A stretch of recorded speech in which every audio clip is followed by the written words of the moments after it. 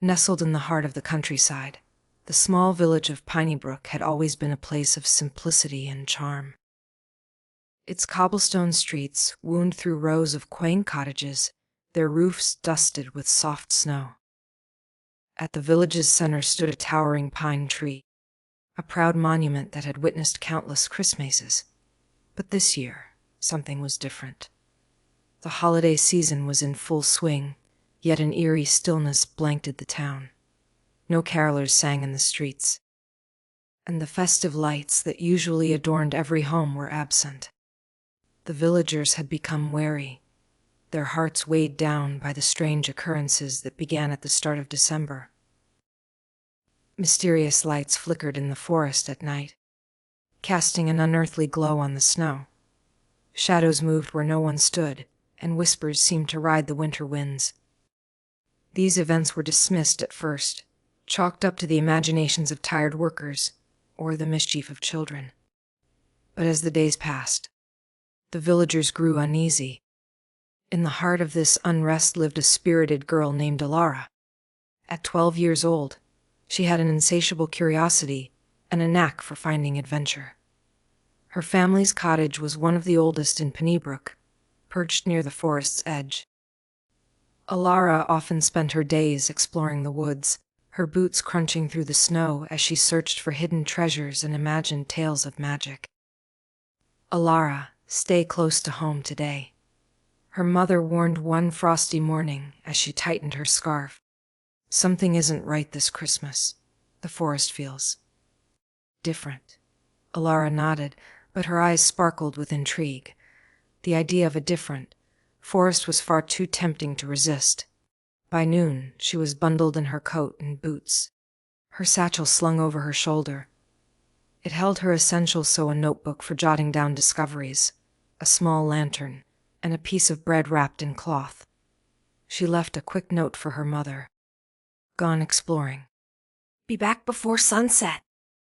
And stepped out into the crisp winter air. The forest welcomed her with its familiar stillness, the kind that made her feel like the only person in the world. But as she ventured deeper, Alara noticed subtle changes. The air seemed thicker, and the trees cast shadows that danced like restless spirits. Alara, you're imagining things, she muttered, shaking off a shiver. She was about to turn back when a faint glimmer caught her eye.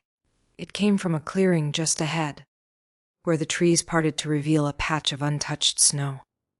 In its center stood a peculiar sighting, a small, ornate box, shimmering faintly as if kissed by starlight. Alara's breath hitched. She approached cautiously, her boots crunching softly. The box was unlike anything she'd ever seen, made of silver and adorned with tiny, intricate carvings of stars and constellations. Who would leave this here? She wondered aloud. Her fingers hesitated before touching it, but curiosity won. As she lifted the lid, a soft glow spilled out, and a melodic hum filled the air. Inside lay a single crystal, no larger than a walnut, pulsing with a gentle blue light. Before she could make sense of it, a voice, soft yet commanding, echoed through the clearing. Child of Pinebrook, you have found the star shard. Alara spun around, clutching the box. Standing at the edge of the clearing was a figure cloaked in midnight blue. Their face was obscured by a hood, but their presence radiated an undeniable power. Who are you? Alara demanded, her voice steady despite her racing heart. The figure stepped closer, and as they did, their forms shimmered, revealing a face that seemed carved from moonlight. Their eyes were pools of silver, their expression both serene and serious. I am Solara, a guardian of the Starlight Realm, they said. The star shard you hold is one of great importance. It has chosen you. Chosen me. Alara echoed, glancing at the crystal. Yes, Solara replied. For centuries, the star shards have protected the balance between worlds. But now, darkness threatens to consume the light. The shards were scattered to keep them safe, and this one has been entrusted to you. Alara's mind swirled with questions. What kind of darkness? And why me? I'm just a girl from Pinebrook. Solara knelt to meet her gaze. You are more than you know, Alara. The light within your heart burns bright, and that is why the shard chose you. But there is no time to hesitate. The forces of darkness have already begun their search, and they will stop at nothing to claim the shards. The weight of Solara's words settled on Alara's shoulders, but she straightened, determination hardening her gaze. What do I need to do? A small smile tugged at Solara's lips. First, we must find the other shards. They are scattered across the land, hidden in places where light still lingers. But be warned. The journey will not be easy. You will face trials that test your courage, wisdom, and kindness. Alara glanced back at the forest path she had come from, the comfort of her home suddenly feeling worlds away. But when she looked at the shard, its light seemed to pulse in rhythm with her heartbeat, as if urging her forward. I'll do it, she said firmly. I'll help protect the light. Solara stood, their cloak billowing despite the still air. Then we begin at once. The next shard lies in the Frostpeak Caverns, beyond the Silver Ridge. It is a treacherous path, but I will guide you. As they started their journey, Alara couldn't help but feel a mix of excitement and fear. She glanced at the star shard in her hand, its glow a constant reminder of the responsibility she now carried. Unbeknownst to them, a shadowy figure watched from the trees, its presence cold and menacing. It melted into the darkness as Solara and Alara disappeared from view, its mission clear to claim the shards and extinguish the light once and for all. The journey to Frostpeak Caverns began under the pale light of the moon. Alara clutched the star shard tightly as she followed Solara through the forest, their footsteps muffled by the snow. The night air was sharp and cold, but the shard's gentle glow provided a strange warmth that kept Alara's spirits high. Why the Frostpeak Caverns? Alara asked after a while. What's special about that place? Solara glanced at her, their silver eyes catching the moonlight. The caverns are one of the last places where the light remains pure. The shard hidden there has been safeguarded by ancient magic. But such magic is not without its challenges. Challenges? Alara echoed, her stomach tightening. The light attracts darkness, Solara said solemnly. You must be prepared to face it. Alara nodded, though she wasn't entirely sure what facing darkness entailed. Still, she pressed on, her boots crunching through the snow as they left the forest and began ascending the foothills of Silver Ridge. The terrain grew steeper, and the biting wind nipped at her cheeks, but Alara refused to slow down. As they climbed higher, the landscape transformed. Frosted evergreens gave way to jagged cliffs, and the air grew thinner. The shard's glow grew brighter, as if urging them forward. Stay close, Solara instructed, their voice barely audible over the howling wind. Alara obeyed, her eyes scanning the rocky path ahead. She was so focused on her footing that she almost didn't notice the strange tracks in the snow. They were large, clawed prints, unlike anything she'd seen before. What made those? She asked, pointing them out. Solara's expression darkened. A shadow beast. They are servants of the darkness, drawn to the shard's light. Alara's heart skipped a beat. Will it attack us? It will try, Solara said. But remember, the shard chose you for a reason. You have more strength than you realize. Despite Solara's reassurances, Alara couldn't help but feel a flicker of fear. She tightened her grip on the shard, its glow a comforting presence in the growing darkness.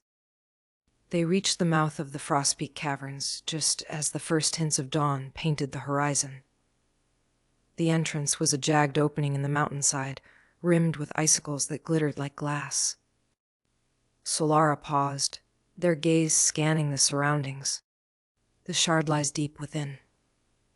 Stay vigilant and trust your instincts. Alara nodded, swallowing her nerves as they stepped inside. The air in the cavern was frigid, and their breaths formed little clouds that quickly dissipated. The walls shimmered faintly, as if the very rock held traces of starlight. They hadn't gone far when a low growl echoed through the cavern. Alara froze, her heart pounding. From the shadows emerged a creature unlike anything she'd ever seen. It was enormous, with fur as black as night and eyes that glowed with a sinister red light. Its claws scraped against the stone floor, sending sparks flying. "A shadow beast," Solara said, their voice calm but firm. "Alara, stand behind me." Alara obeyed, her eyes wide as the beast advanced. Solara raised a hand, and a beam of silver light shot forth, forcing the creature to recoil with an angry snarl. But the shadow beast wasn't easily deterred. It lunged, its claws slicing through the air. Solara moved with inhuman speed, their cloak billowing as they dodged and countered with another burst of light. "Alara, listen carefully," Solara said, their voice strained. "The shard you hold can repel the darkness, but only if you channel your light into it. Focus on your courage, your kindness, everything that makes you strong. Let it guide you." Alara hesitated, fear gripping her. The shadow beast was terrifying, a creature of pure malice. How could she possibly stand against it? "Trust yourself," Solara urged, blocking another attack. "You are stronger than you think." Taking a deep breath, Alara closed her eyes and focused on the shard. She thought of her mother, of the warmth of their little cottage, and the love they shared. She thought of Pennybrook, its cobblestone streets, and the towering pine tree at its center. She thought of all the reasons she wanted to protect the light. The shard began to glow brighter, its warmth spreading through her like a wave of courage. When Alara opened her eyes, she felt a newfound strength. "Hey!" she called, stepping forward. The shadow beast turned its crimson gaze on her, but instead of fear, she felt resolve. Holding the shard high, she willed its light to shine. A brilliant beam erupted from the shard, illuminating the cavern. The shadow beast let out a deafening roar as the light engulfed it, its form dissolving into wisps of darkness. When the light faded, the cavern was silent once more. Solara turned to Alara, their expression a mix of pride and relief. "Well done, Alara. You've taken your first step toward mastering the light." Alara lowered the shard, her hands trembling. "I didn't think I could do it," she admitted. "But you did," Solara said, placing a reassuring hand on her shoulder. "Remember this moment. The light within you is your greatest weapon." They continued deeper into the cavern, the shard's glow lighting their way. After what felt like hours, they reached a vast chamber. At its center stood a pedestal of ice, and atop it rested another shard, its light a radiant gold. Alara approached cautiously, her breath catching at the shard's beauty. As she reached out to take it, a voice echoed through the chamber. "Who dares disturb the sanctity of the Frostbeak shard?" A figure materialized before them, cloaked in frost and radiating an icy aura. It was a guardian, tasked with protecting the shard from those unworthy. "Alara," Solara said softly, "this is your next test." Alara squared her shoulders, determination flaring in her chest. She had come too far to turn back now. The guardian of the Frostbeak shard stood tall and imposing, their form shimmering like ice under moonlight. Their eyes, pale and piercing, locked onto Alara with a gaze that felt like it could see straight into her soul. The chamber's temperature dropped further, and frost began to creep across the stone floor. "To claim the shard," the guardian intoned, their voice resonating like the chime of crystal bells. "You must prove your heart is pure and your resolve unwavering. Will you face the trial of light?" Alara hesitated only a moment before nodding. "I will." The guardian lifted an icy hand, and the air around them shimmered. The room shifted, dissolving into a kaleidoscope of light and shadow. When the world reformed, Alara found herself standing in the center of what appeared to be her hometown, Pinebrook. But it was eerily silent. The streets were deserted, and a thick fog clung to the ground. "What's going on?"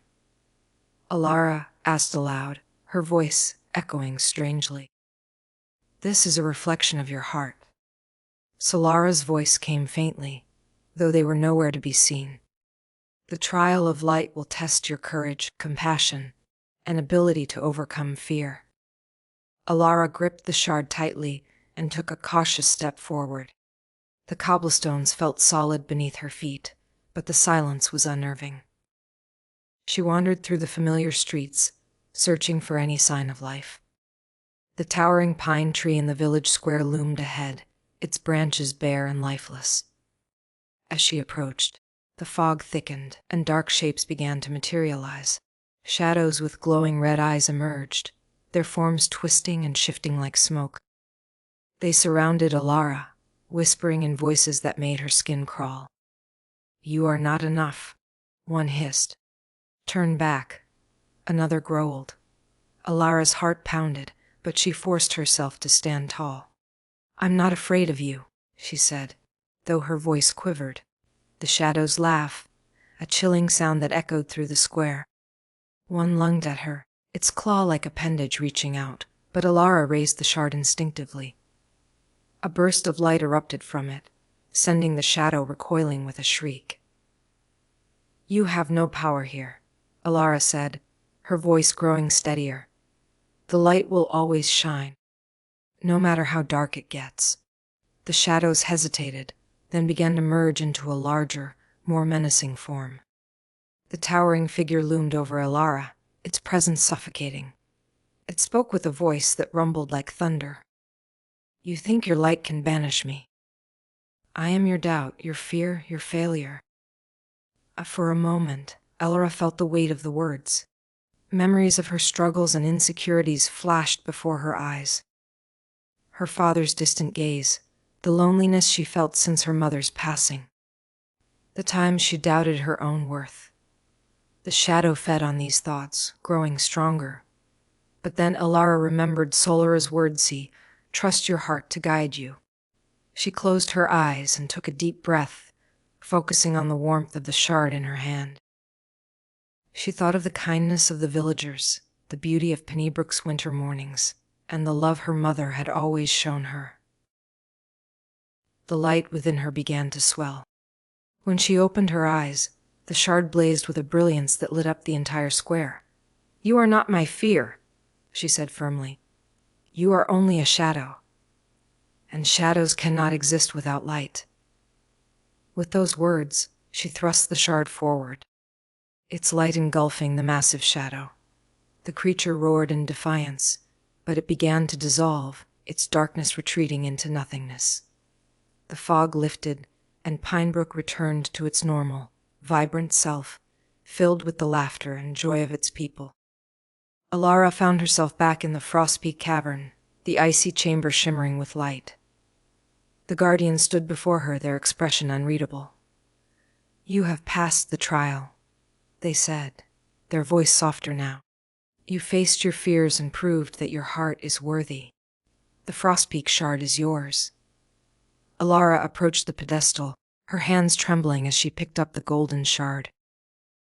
It felt warm and alive, its light blending seamlessly with the glow of the star shard she already carried.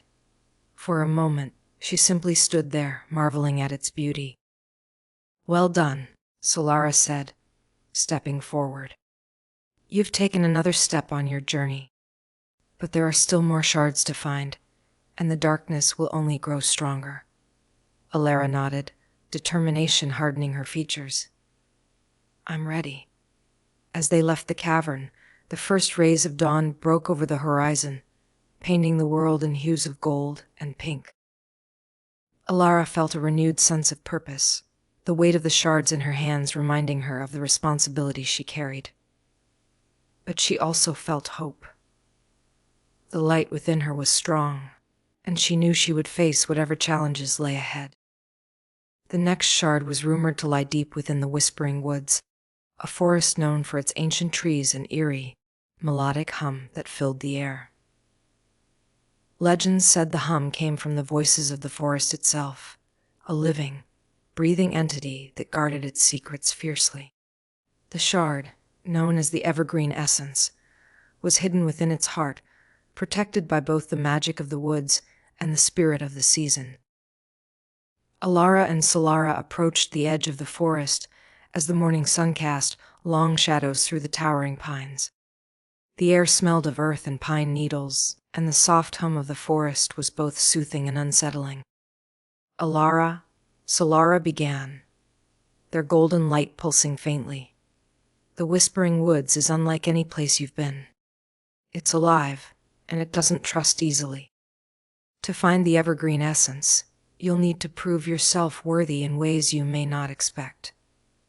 Ilara nodded, her grip tightening on the shards she already carried. I'll do whatever it takes.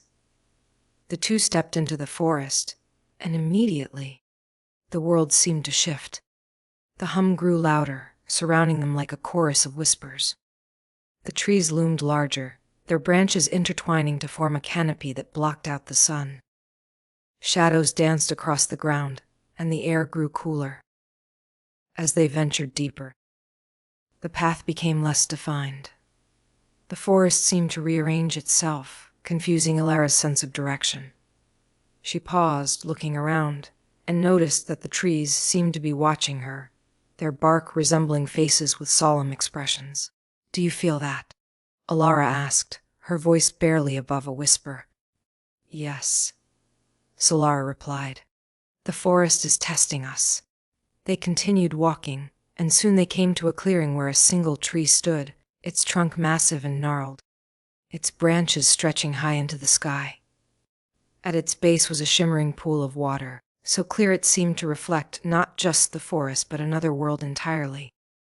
This must be the heart of the woods, Solara said, their voice hushed. The evergreen essence is near. As Alara stepped closer to the tree, the hum grew louder, and the pool began to ripple, though no wind stirred the air. From the water emerged a figure made of twisting vines and leaves, their eyes glowing like emeralds. You seek the evergreen essence, the figure said, their voice deep and resonant, blending with the hum of the forest. But it is not easily given. To claim it, you must pass the trial of growth. What's the trial? Alara asked, her heart pounding. And the guardian extended a hand, and the ground beneath Alara's feet shifted. She cried out as she was pulled downward, the forest spinning around her. When she landed, she found herself in a small village, one that looked familiar but out of place in the woods. The people there bustled about, preparing for a grand feast, their faces lit with joy. This is Pinebrook, Alara whispered, though she knew it wasn't real. A young boy approached her, holding a wilted plant in his hands. His eyes were wide with worry. Please, he said, my mother's garden has withered. Without it, we'll have nothing for the feast. Can you help? Alara hesitated. Ape, I don't know much about gardening. The boy's face fell, and the villagers began to murmur, their voices filled with disappointment. Wait, Alara said quickly. I'll try. She knelt by the plant and examined its drooping leaves and dry soil. She thought of her mother, who had always known how to make their small garden thrive. Her mother's words echoed in her mind. Plants, like people, need care, patience, and a little bit of love. Alara gently loosened the soil around the plant and added water from a nearby well. She placed her hands on the leaves, closing her eyes, and focused on the warmth within her heart. She imagined the plant growing strong and vibrant, its leaves reaching for the sun. When she opened her eyes, the plant had transformed. Its leaves were lush and green, and tiny flowers bloomed along its stem. The boy's face lit up with joy. Thank you, he cried, running off to show his mother. The villagers cheered, their voices blending with the hum of the forest. Alara felt a sense of accomplishment, but she knew the trial wasn't over. The scene shifted again, and Alara found herself in a dense part of the forest, surrounded by towering trees. A voice echoed through the woods. Growth is not just about nurturing others. It is about facing your own fears and learning from them. The trees began to close in, their branches twisting and reaching toward Alara. She felt a surge of panic, but then Solara's voice rang out. Remember, Alara, growth comes from within. Trust yourself. Taking a deep breath, Alara focused on the light within her. She raised the shards, their glow pushing back the encroaching darkness. The trees stopped moving, their branches retreating, and the forest seemed to sigh in relief. When the world shifted again, Alara was back in the clearing with the guardian of the evergreen essence. The figure of vines and leaves regarded her with approval. You have shown compassion, resilience, and the ability to grow, the guardian said. The evergreen essence is yours. The pool of water shimmered, and from its depths rose the shard, glowing with a deep green light. Alara reached out and took it, feeling its warmth blend with the other shards. You're doing wonderfully, Alara, Solara said as they left the clearing. But the journey is far from over. Each trial will test you in new ways. Alara nodded, determination shining in her eyes.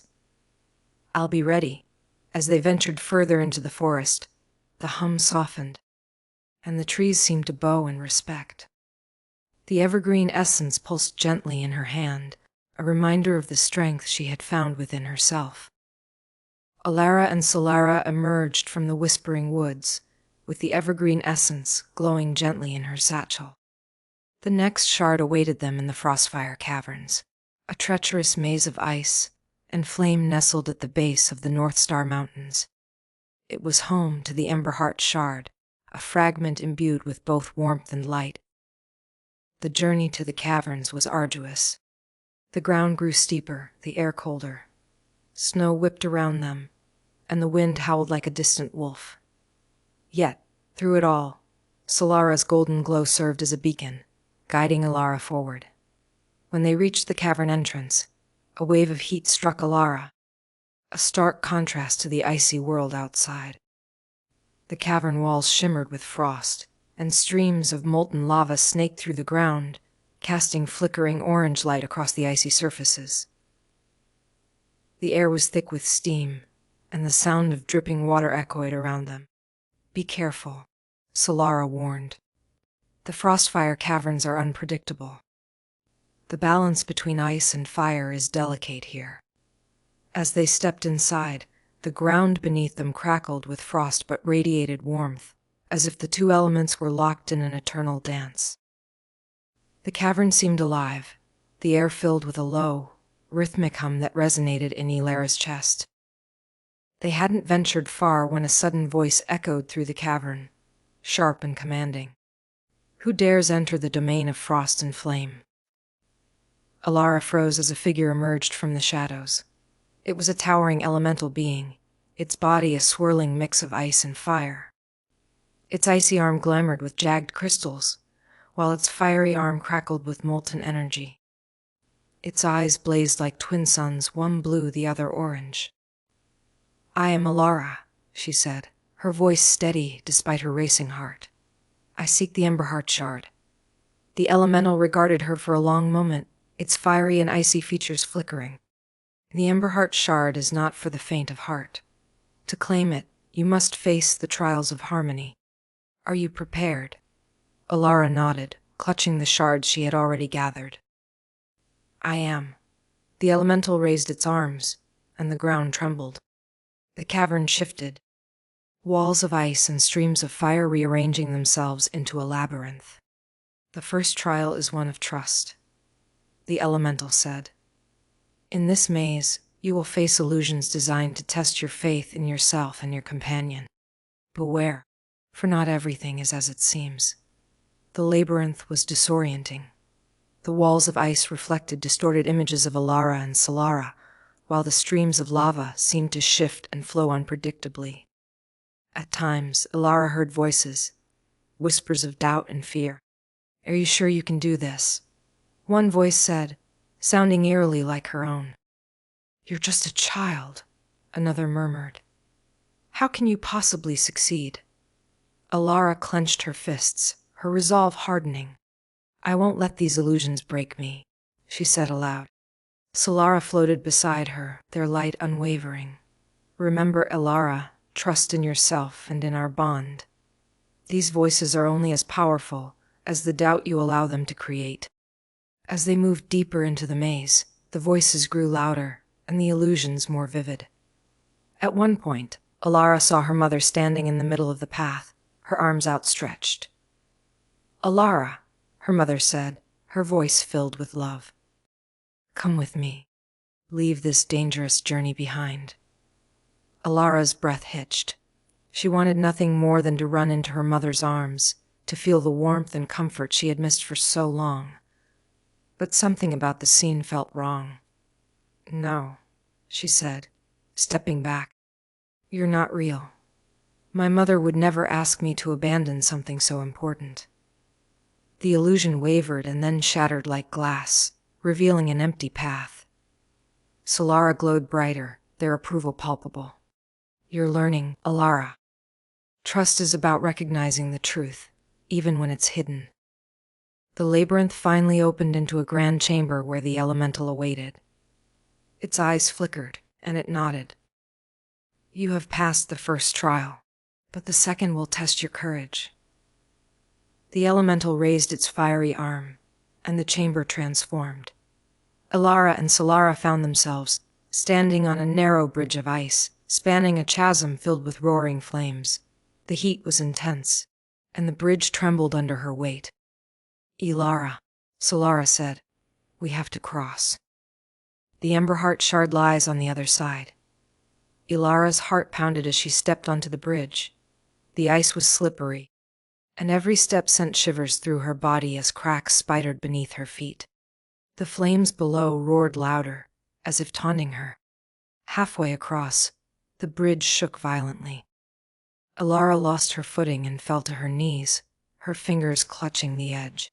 She looked down and saw the flames licking at the air just below her. "Alara, don't look down," Solara urged. "Focus on the path ahead." Taking a deep breath, Alara forced herself to her feet. She moved slowly, each step deliberate. The bridge seemed to test her resolve, but she refused to give in to fear. When she finally reached the other side, she collapsed to her knees, her body trembling. Solara hovered beside her, their light soothing. "You did it, Alara. You faced your fear and overcame it." The elemental appeared again, its fiery arm crackling with approval. "You have shown courage in the face of danger. The final trial is one of balance. Are you ready?" Alara stood, her exhaustion replaced by determination. "I'm ready." The elemental raised both arms, and the chamber shifted once more. Alara and Solara found themselves in a circular arena. At its center was a pedestal holding the Emberheart shard, glowing with a fiery brilliance. Around the pedestal, flames and frost swirled in a chaotic dance, the two elements clashing violently. The heat was searing, and the cold was biting, each trying to overpower the other. "To claim the shard," the elemental said, "you must bring harmony to the chaos. Balance the fire and ice, or they will consume everything." Alara stepped into the arena, her mind racing. She thought of the previous trials, trust and courage, and realized that balance required both. Closing her eyes, she took a deep breath and focused on the warmth within her and the cool clarity of her thoughts. She extended her hands, one toward the flames and the other toward the frost. "I am not here to fight you," she said softly. "Fire and ice, you are two sides of the same coin. Together, you can create something beautiful." The flames and frost seemed to hesitate, their movements slowing. Alara's voice grew stronger. "Work with me, not against me. Let's bring balance to this place." The chaotic swirl began to calm, the flames softening into a warm glow, and the frost sparkling like snowflakes. The two elements intertwined, creating a mesmerizing dance of light and color. The Emberheart shard pulsed, and the elemental's voice echoed with approval. "You have brought harmony where there was discord." The Ember Heart shard is yours. Alara approached the pedestal and carefully picked up the shard. It felt warm and cool at the same time, a perfect balance of opposing forces.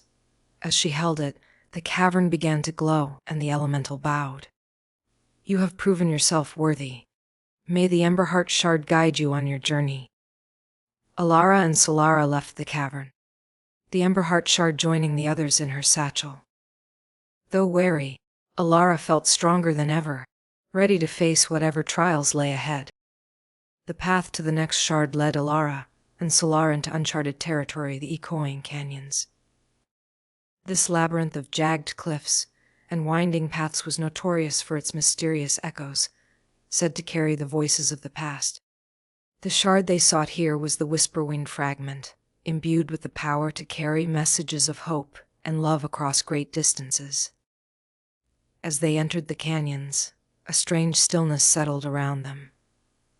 The air was thick with anticipation, and the cliffs seemed to loom closer with every step. Solara's golden light illuminated the narrow path, casting long shadows that danced on the canyon walls. Alara, Solara said, their voice tinged with caution. The echoing canyons are not like the other places we've been. Here, the echoes can play tricks on your mind. Stay close to me, Alara nodded, her grip tightening on her satchel. The shards she had collected so far felt heavier with every step, as if they carried the weight of her growing responsibility. The first challenge came sooner than expected. As they rounded a bend, the path abruptly ended at a wide chasm. A fragile-looking rope bridge swayed in the wind, its wooden planks creaking ominously. We have to cross, Solara said. Alara hesitated, her eyes fixed on the dizzying drop below.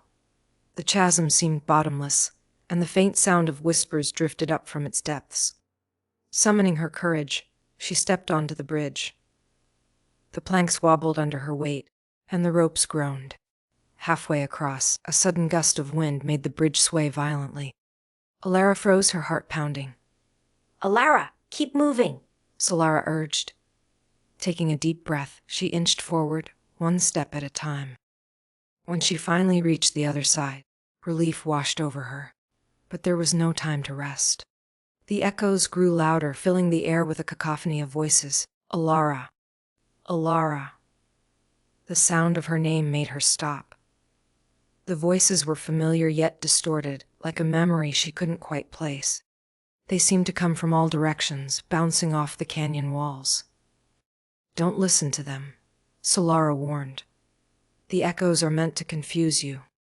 But Alara couldn't help it. One voice, in particular, stood out.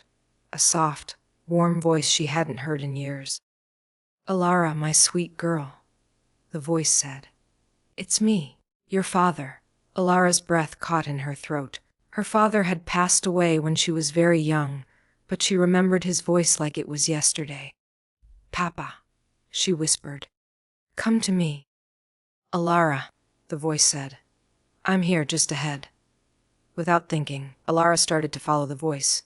She moved quickly, her steps hurried. Solara flew after her, their light pulsing urgently. Alara, stop! It's a trick! But Alara didn't stop. She rounded a corner and found herself in a small clearing. At its center stood a figure, a man with kind eyes and a gentle smile. He looked exactly as she remembered her father. Papa, she said, tears welling in her eyes. The figure opened its arms. Come here. My darling. Alara took a step forward, but something made her hesitate. She looked into the figure's eyes and saw something off. There was no warmth in them, no love. It was then she noticed the faint shimmer around the figure, like a mirage. You're not real, she said, her voice trembling. The figure's smile faded, and its form began to waver. Alara, it said, its voice distorting. You'll never find the shard. Turn back while you still can. No, Alara said firmly. I won't give up. The figure dissolved into mist, and the echoes around her fell silent. Solara floated to her side, their light steady and reassuring. You did well, Alara.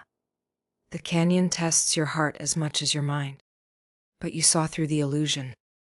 The path ahead grew narrower, the walls of the canyon closing in. As they walked, Alara noticed strange markings etched into the stone, symbols and words in a language she didn't recognize. "What are these?" she asked. "Messages from those who have passed through here before," Solara said. "The Whisperwind fragment carries the power of voices, both past and present." The path eventually opened into a vast cavern. At its center stood a massive crystal formation, glowing with an ethereal blue light. The shard was embedded at the heart of the crystal, pulsing gently. As Alara approached, the air around her vibrated with whispers. The voices were not chaotic like before, they were harmonious, like a choir. Each voice seemed to carry a message of hope, love, or courage. "Alara," Solara said, "this is the Whisperwind fragment. But to claim it, you must prove that your voice is worthy of joining the others." Alara stepped closer, her hand reaching for the shard. As her fingers brushed its surface, the cavern filled with light. A voice echoed in her mind. It was her own, but stronger, clearer. "What will you say to the world, Alara?"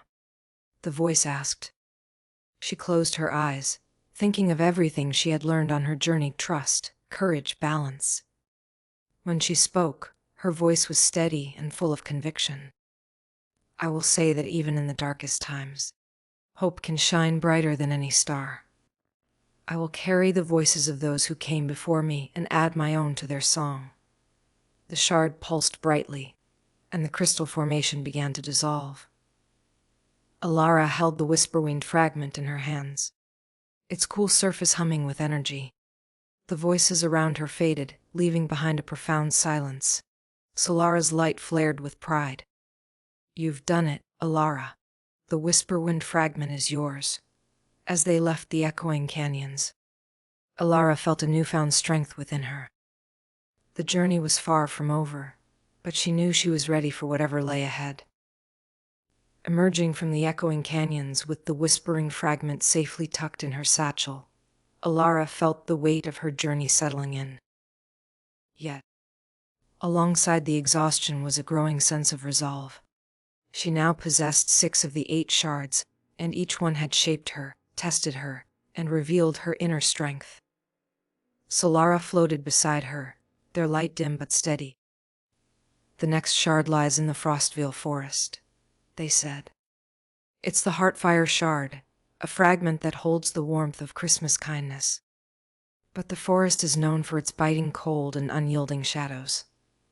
"The warmth of kindness in the coldest place," Alara murmured. "Ironic. The shard chose its place for a reason," Solara replied. "Kindness is often most needed where it is hardest to find." As they approached the edge of the Frostvale forest, Alara shivered. Towering evergreens coated in thick ice loomed over the snow-laden ground. The air was so cold that each breath she exhaled turned to frost. The forest was eerily silent, the kind of quiet that made her feel like she was being watched. "I don't like this place," Alara said, pulling her cloak tighter around her. "It's not meant to be welcoming," Solara said. "But remember, warmth isn't just about fire. It's about the connections we make and the light we bring to others." The first challenge came quickly. As they ventured deeper into the forest, the cold intensified, and Alara's movements grew sluggish. Frost formed on her eyelashes, and her hands felt numb despite her gloves. The trees seemed to close in around her, their icy branches reaching out like skeletal fingers. "Solara, this cold. It's unbearable," she said through chattering teeth.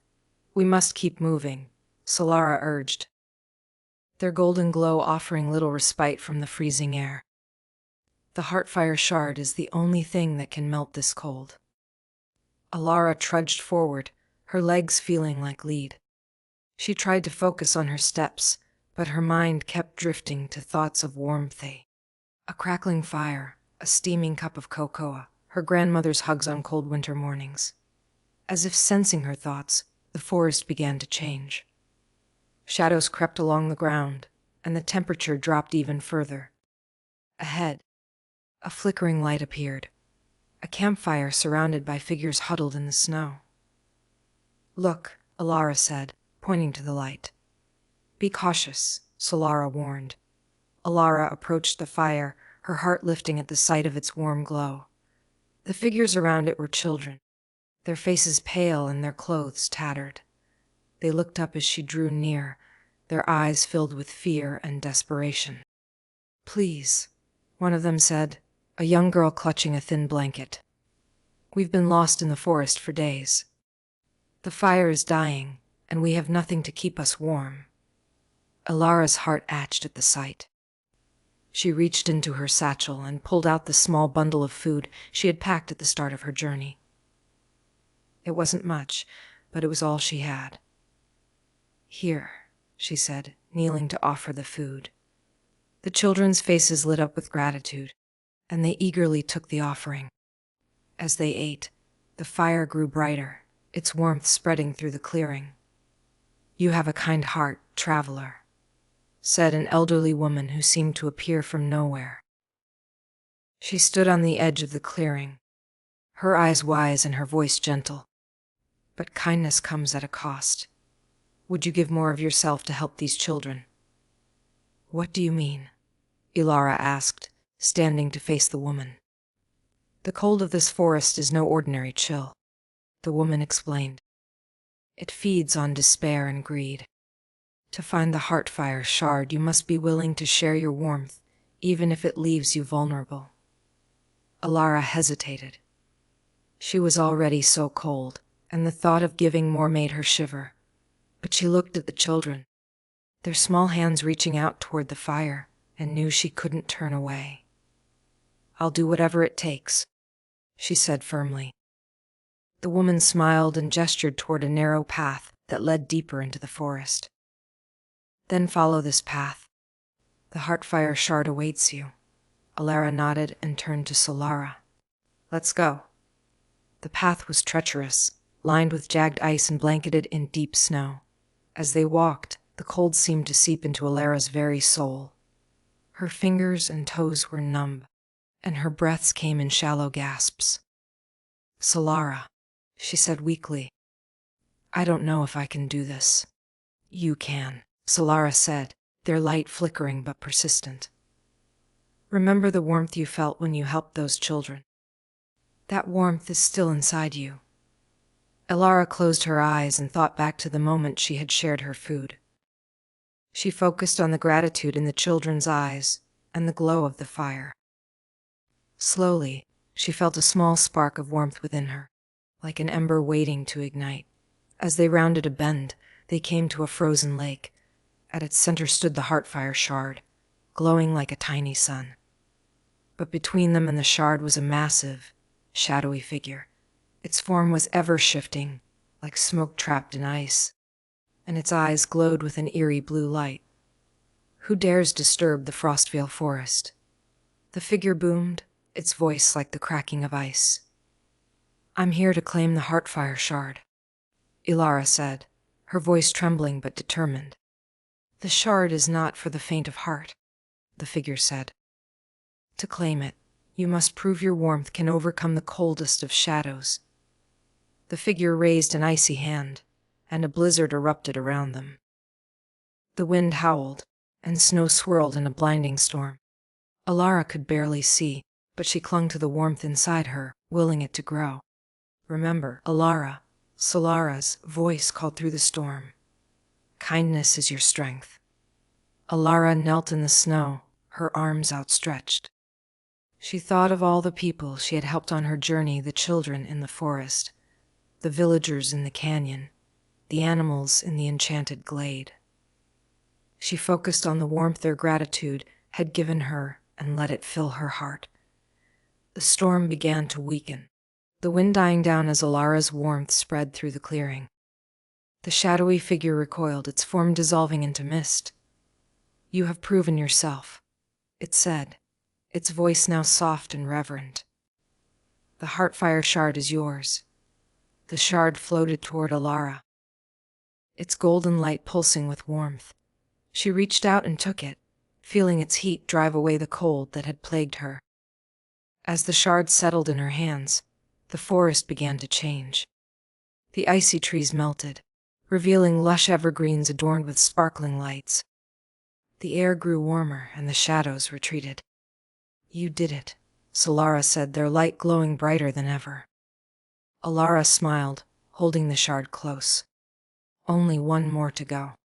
With the Heartfire shard now secured, Alara stood at the edge of the Frostveil forest, her breath forming soft puffs in the crisp air.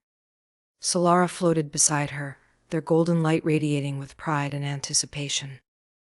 "Only one shard remains," Solara said, "the final piecing the Zenith shard. It lies at the peak of Mount Celestara, the highest point in the land."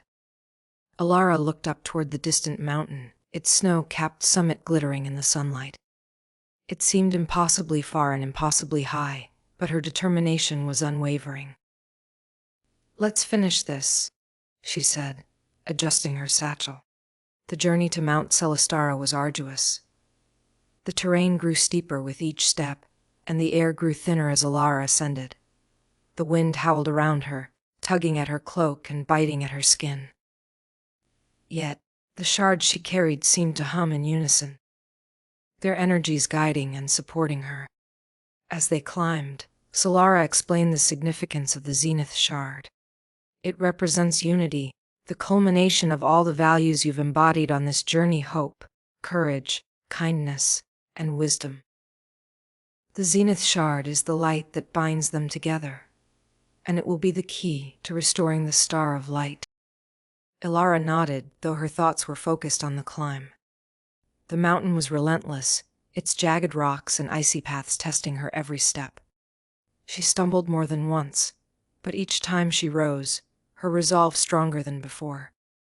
Halfway up the mountain, they encountered their first challenge. A narrow bridge of ice stretched across a deep chasm, its surface glinting treacherously in the sunlight. "Be careful," Solara warned. One wrong step and...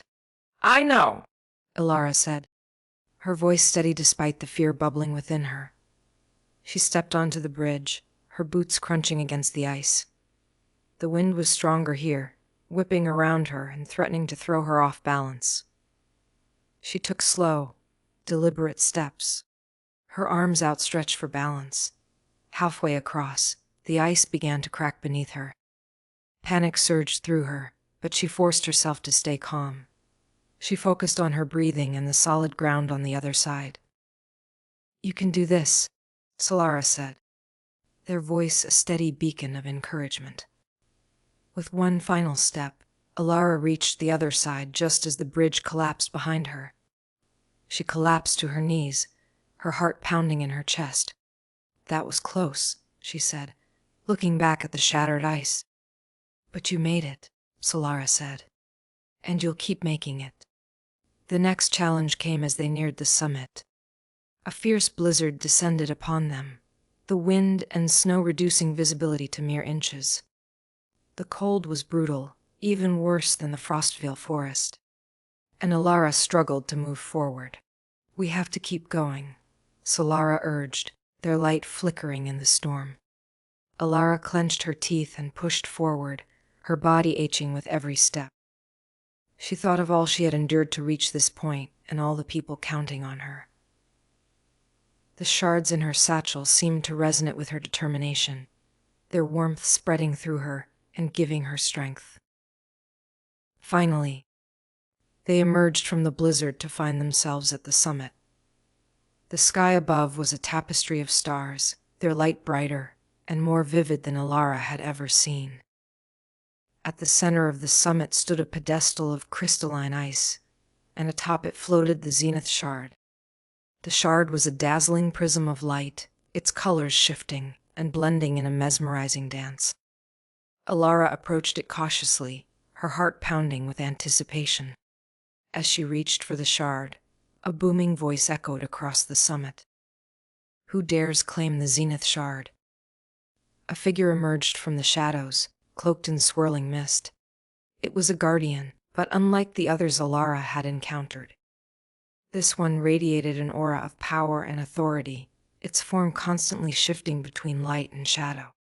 "I am Alara," she said, standing tall despite her fear.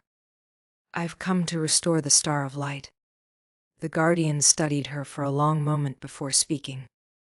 "To claim the Zenith Shard, you must prove your unity. Show me that you have embraced the values of the shards you carry." Alara took a deep breath and closed her eyes. She thought of her journeying, the hope she had kindled in the Wishing Woods, the courage she had shown in the Cavern of Echoes, the kindness she had offered in the Frostvale Forest. Each memory brought a shard to life within her, their energies intertwining and creating a brilliant light. When she opened her eyes, the guardian was smiling. "You have proven yourself worthy," it said. "The Zenith Shard is yours." The shard floated down to Alara, its light merging with the other shards in her satchel. Together, they formed a radiant sphere of pure starlight. "The Star of Light," Solara said, their voice filled with awe. "You've done it, Alara. You've restored the Star of Light." Alara held the sphere in her hands, its warmth and light filling her with a profound sense of peace. She looked up at the night sky, where the stars seemed to twinkle brighter than ever. "It's time to return it to the sky," she said. With Solara guiding her, Alara raised the Star of Light above her head. Its light grew brighter and brighter until it was blinding, and then, with a burst of energy, it shot into the sky. The Star of Light took its place among the constellations, its glow illuminating the world below. The darkness that had plagued the land was gone, replaced by a sense of hope and renewal.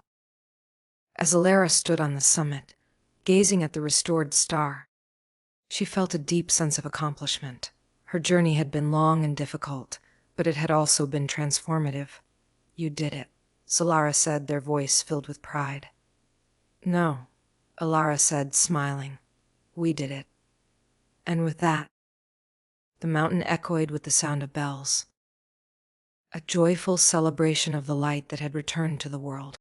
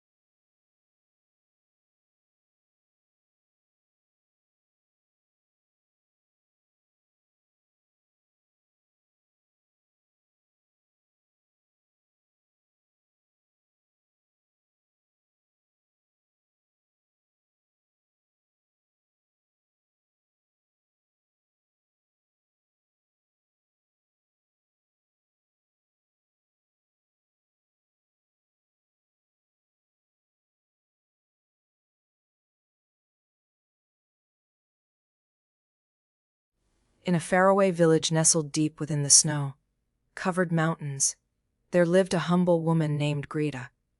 Her little cottage stood at the edge of a forest, surrounded by ancient pine trees that whispered secrets to the wind.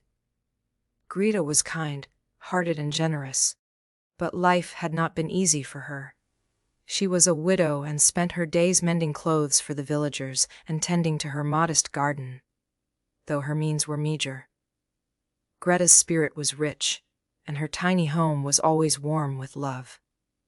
It was the eve of Christmas, and Greta, as she always did, prepared her home for the holiday. She hung a garland of holly across the mantel and placed a small bowl of sugared nuts on the table. She didn't have much, but she always found a way to make the season special. In the corner of her living room stood a scraggly little pine tree she had cut down from the forest. Its branches were uneven, and the needles had already begun to fall, but Greta had decorated it with the utmost care. She tied bright ribbons onto its branches and draped a strand of popcorn she had carefully strung herself. As the moon rose high in the sky, bathing the snow in a silver glow, Greta stood back to admire her handiwork. She sighed, a mixture of contentment and longing in her heart. "If only I could afford a real Christmas ornament," she whispered. "Just one shiny bauble to make this tree truly beautiful."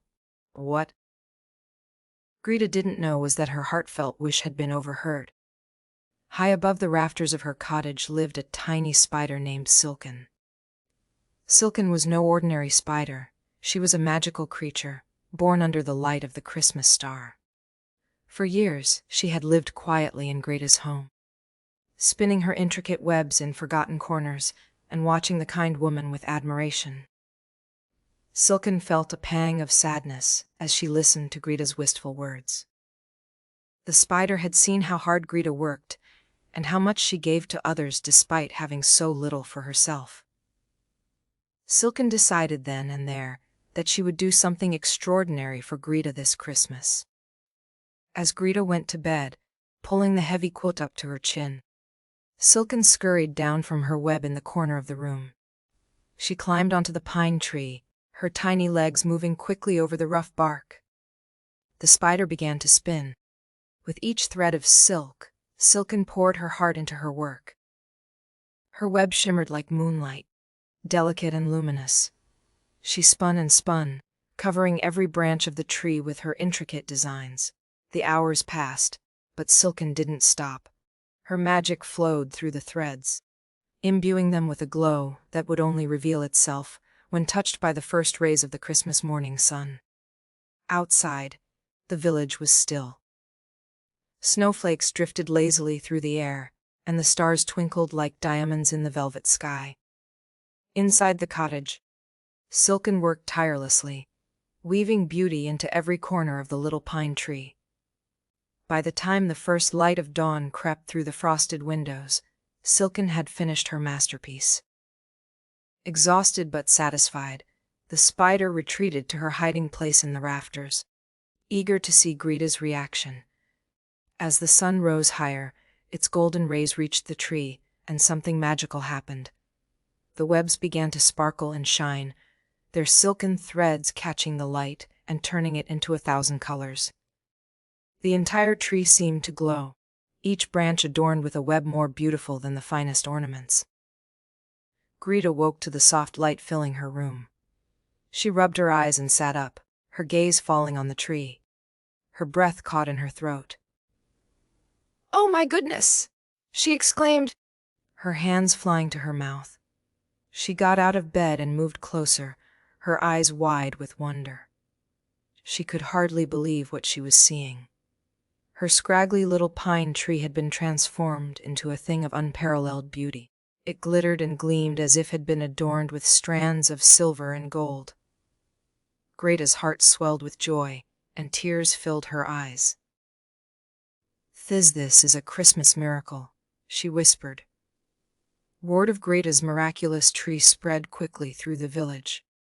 Neighbors came to see the shimmering masterpiece, their faces lighting up with awe and delight. Greta welcomed them all, sharing her small bowl of sugared nuts and telling them about the magic of Christmas. Little they know, high above in the rafters, Silken watched it all with a satisfied smile. The spider had given Greta the most precious gift of all, the gift of wonder and joy. But this was only the beginning. For as beautiful as the tree was, its magic had yet to reveal its true purpose. As the sun climbed higher in the winter sky, Greta's home bustled with the laughter and chatter of neighbors marveling at the magical tree. Each visitor left with a heart warmed by the sight, spreading word of the miracle to even the farthest corners of the village. Greta, ever humble, simply smiled and welcomed the attention. In her heart, though, she couldn't help but wonder how such a transformation had occurred. By afternoon, the last of the visitors had departed, leaving Greta alone in her now quiet cottage. She gazed at the tree, its shimmering web like strands still catching the sunlight and casting rainbows across the walls. It feels as though this tree holds more than just beauty, she mused aloud. It feels alive with magic. High above, Silken listened to Greta's musings with a mix of pride and trepidation. The spider had poured all her magic into the tree, weaving not just beauty but a spell of protection and kindness. Silken knew that her work wasn't finished, for true magic often had a purpose beyond mere wonder. As dusk fell and the village settled into the serene quiet of Christmas night, a strange sound disrupted the peace. A loud knock echoed through Greta's door, sharp and urgent. Startled, she hurried to answer it, wrapping her shawl tightly around her shoulders to ward off the chill. When she opened the door, a man stood before her. He was tall and broad-shouldered, his cloak dusted with snow, and his face partially hidden by the shadows of the night. Behind him, a horse-drawn sled piled high with bags and crates waited in the road. "Good evening," the man said, his voice deep but gentle. "I'm sorry to bother you on Christmas night, but I've lost my way. The storm earlier covered the road signs, and I fear I won't find my destination before dark." Greta's kind nature immediately took over. Come in," she urged, stepping aside to let the man enter. "You must be freezing out there." The man hesitated, his gaze flicking to the tree behind her. His eyes widened slightly as he took in the sparkling webs. "Your tree, it's extraordinary," he murmured. Greta smiled, though her cheeks turned pink with embarrassment. "It's a bit of a Christmas miracle," she said. "Please, sit by the fire and warm yourself." The man nodded and stepped inside, his presence filling the small space. Greta quickly set about preparing a cup of hot tea, adding a dollop of honey from the small jar she kept for special occasions. As the man sipped the tea, he introduced himself. "My name is Lars," he said. "I'm a merchant traveling to the next town to deliver goods for the holiday market. I had hoped to arrive by now, but the snow has made travel near impossible." Greta nodded sympathetically. The storm was fierce, indeed. "You're welcome to stay here for the night. I may not have much, but I can offer a warm bed and a meal." Lars looked at her with gratitude. "You are very kind, madam. I'll gladly accept your hospitality." As Greta set about preparing a modest supper, Silken watched from the rafters. The spider's magical senses tingled. There was something unusual about this merchant, something that didn't quite align with his kind demeanor. Silken decided to keep a close eye on him. After the meal, Lars couldn't take his eyes off the shimmering tree.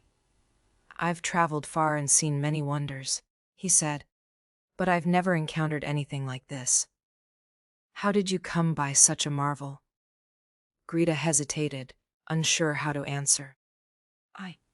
I don't know," she admitted. "It was just a humble little tree yesterday. But this morning, it looked like this. Perhaps it's a blessing from above." Lars nodded thoughtfully but didn't press further. Soon after, Greta showed him to the small guest room, where he thanked her again before retiring for the night. As the household grew quiet, Silken crept closer to the tree. The spider's magic sensed a disturbance, a ripple in the harmony of the home. Silken's glowing threads began to vibrate softly, a warning signal. Something about Lars wasn't right, and Silken resolved to uncover the truth. The night deepened, and all was still. Greta slept soundly in her room, dreaming of a warm Christmas morning. In the guest room, however, Lars was wide awake. He sat on the edge of the bed, his gaze fixed on the doorway. After a long moment he stood, moving quietly through the house. His steps were deliberate and silent as he approached the tree. By the faint light of the moon filtering through the window, the webs shimmered like silver and gold. Lars reached out a hand, his fingers brushing the strands. A faint hum of magic pulsed through the air, and Lars withdrew his hand, startled. Powerful, he whispered to himself. This tree holds more than beauty. It holds magic, real magic. Silken, perched on a branch, watched intently. Her small heart raced as she realized Lars's true intent. The merchant wasn't simply admiring the tree, he was trying to unravel its secrets. Lars reached into his cloak and pulled out a small knife. If I can take just a piece, he murmured, I can sell it for more gold than I've ever dreamed of. This could change my life. Silken didn't wait another second. The moment Lars's blade touched the web, the spider sprang into action. She scurried down the branch and onto Lars's hand, her tiny legs moving with purpose. Lars yelped in surprise as he felt the spider's presence. He flung his hand, trying to shake her off, but Silken held fast. With a sudden burst of magic, she sent a shock of energy through his hand, causing him to drop the knife.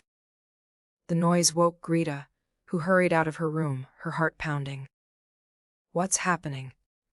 She cried, her eyes darting between Lars and the glowing tree. Lars stepped back, his face pale. I'm sorry, he stammered. I was tempted by the beauty of the tree. I didn't mean any harm. Greta's kind eyes filled with sadness. Magic like this is not meant to be taken, she said softly.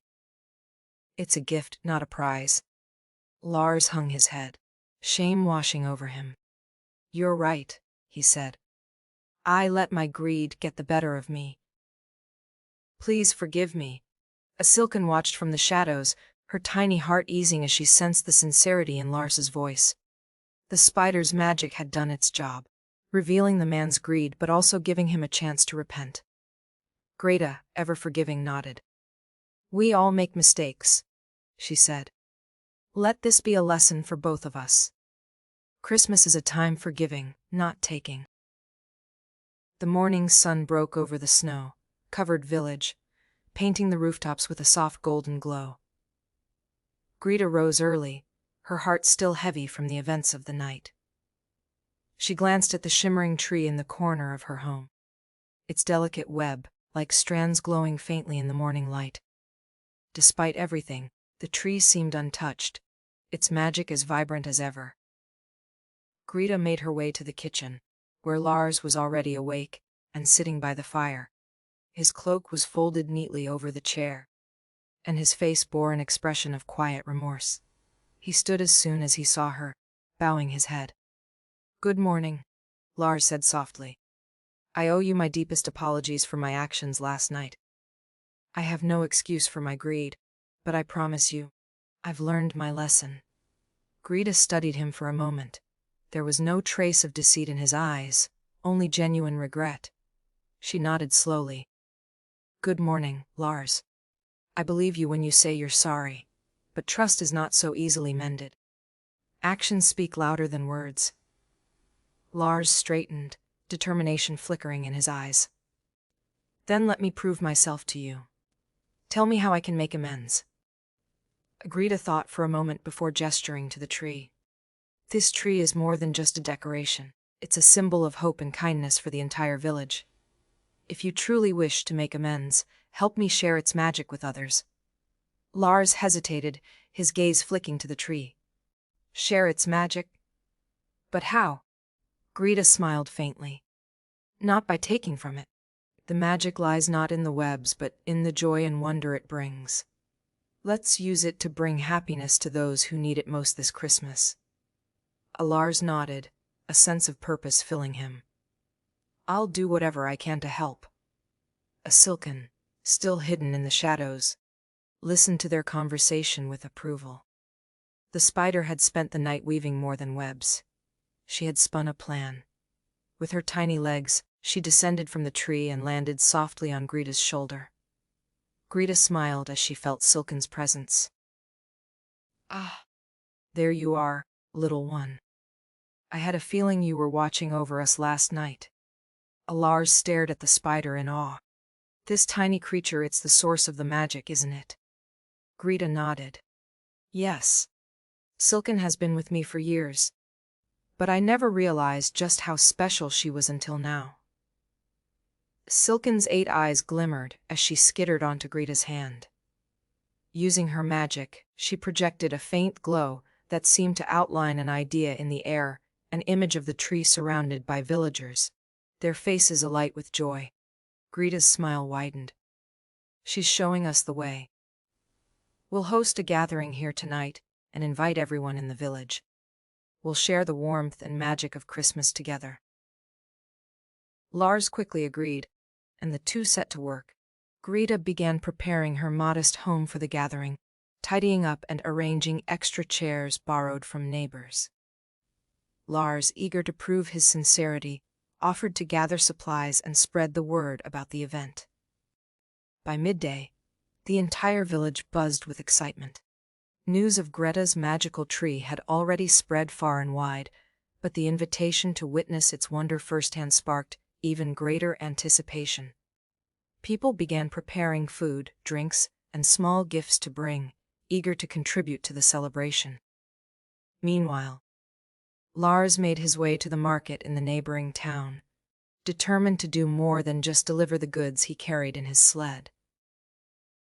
As he bartered and traded, he also purchased small trinkets and toys for the children of the village, using what little savings he had left.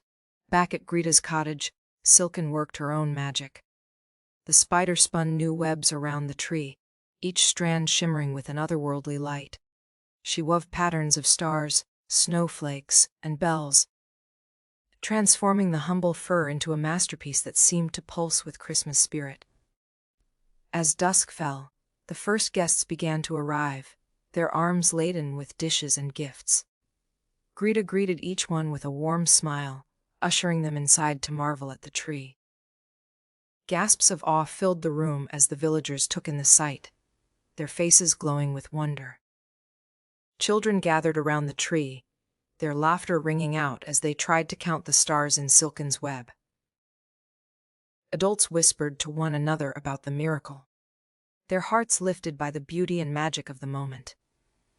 Lars returned just as the gathering was in full swing, his sled now piled high with gifts and supplies. He worked tirelessly, helping Greta serve food and ensuring every guest felt welcome. Despite his earlier misstep, the villagers quickly warmed to him, sensing his genuine desire to make things right. As the evening wore on, Greta stood before the crowd, her voice strong and clear. Tonight we celebrate more than just Christmas. We celebrate kindness, forgiveness, and the magic of togetherness. This tree is a reminder that even the smallest acts of love can create something truly extraordinary. The villagers erupted into cheers, their spirits lifted by Greta's words. Silken, perched on the highest branch of the tree, felt a surge of pride. Her magic had brought joy to the village, but it was the people's love and unity that truly made the night special. Later, as the celebration wound down and the guests began to leave, each one took a piece of the magic with them. A memory of the tree, a sense of wonder, and a renewed belief in the power of Christmas. Lars approached Greta as the last of the villagers departed. "Thank you," he said earnestly, "for giving me the chance to make amends. I'll never forget what I've learned here." Greta smiled, placing a hand on his shoulder. "And thank you, Lars, for proving that even the most flawed among us can find redemption." As the cottage grew quiet once more, Greta turned to the tree, her heart full. "Thank you, Silken," she said softly, "for reminding us of the true magic of Christmas." Silken clicked her tiny mandibles in response, her glowing webs shimmering one last time before the lights dimmed. That night, as snow fell gently over the village, Greta drifted off to sleep with a smile on her face. The tree stood as a beacon of hope, its magic spreading far beyond the walls of her home, touching the hearts of all who had witnessed its beauty. And so, the legend of the Christmas spider was born, a tale of love, forgiveness, and the extraordinary power of even the smallest miracles. The first snowfall of the season always brought a special kind of magic to the little town of Wintervale.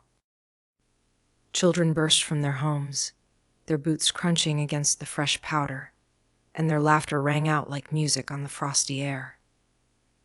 Snowflakes danced on the wind, glittering like tiny diamonds in the pale sunlight. Among the most excited of the children was a boy named Theo, a spirited 8-year-old with a mop of unruly brown hair and a knack for finding adventure. This year, Theo had big plans. He had told anyone who would listen. His friends, his parents, even old Mrs. Crenshaw who ran the general store, that he was going to build the greatest snowman Wintervale had ever seen. "It'll be taller than me," he declared proudly, stretching his arms as wide as they would go. "Maybe even taller than Dad." His best friend, Emma, giggled. "I don't think your dad's going to be worried about a snowman beating him in a height contest, Theo." Theo grinned, undeterred. "You'll see. It's going to be amazing." As soon as the snow was deep enough, Theo grabbed his red scarf, his woolen gloves, and his trusty old sled. He called to Emma, who lived 2 doors down, and the two of them hurried to the clearing at the edge of town. It was their favorite spot. A wide, open field bordered by a line of tall pines, their branches heavy with snow. They weren't alone. Other kids from the neighborhood had gathered too, each working on their own snowy creations. Some built forts, others crafted small, lopsided snowmen. But these eyes were fixed on the perfect patch of untouched snow at the center of the field.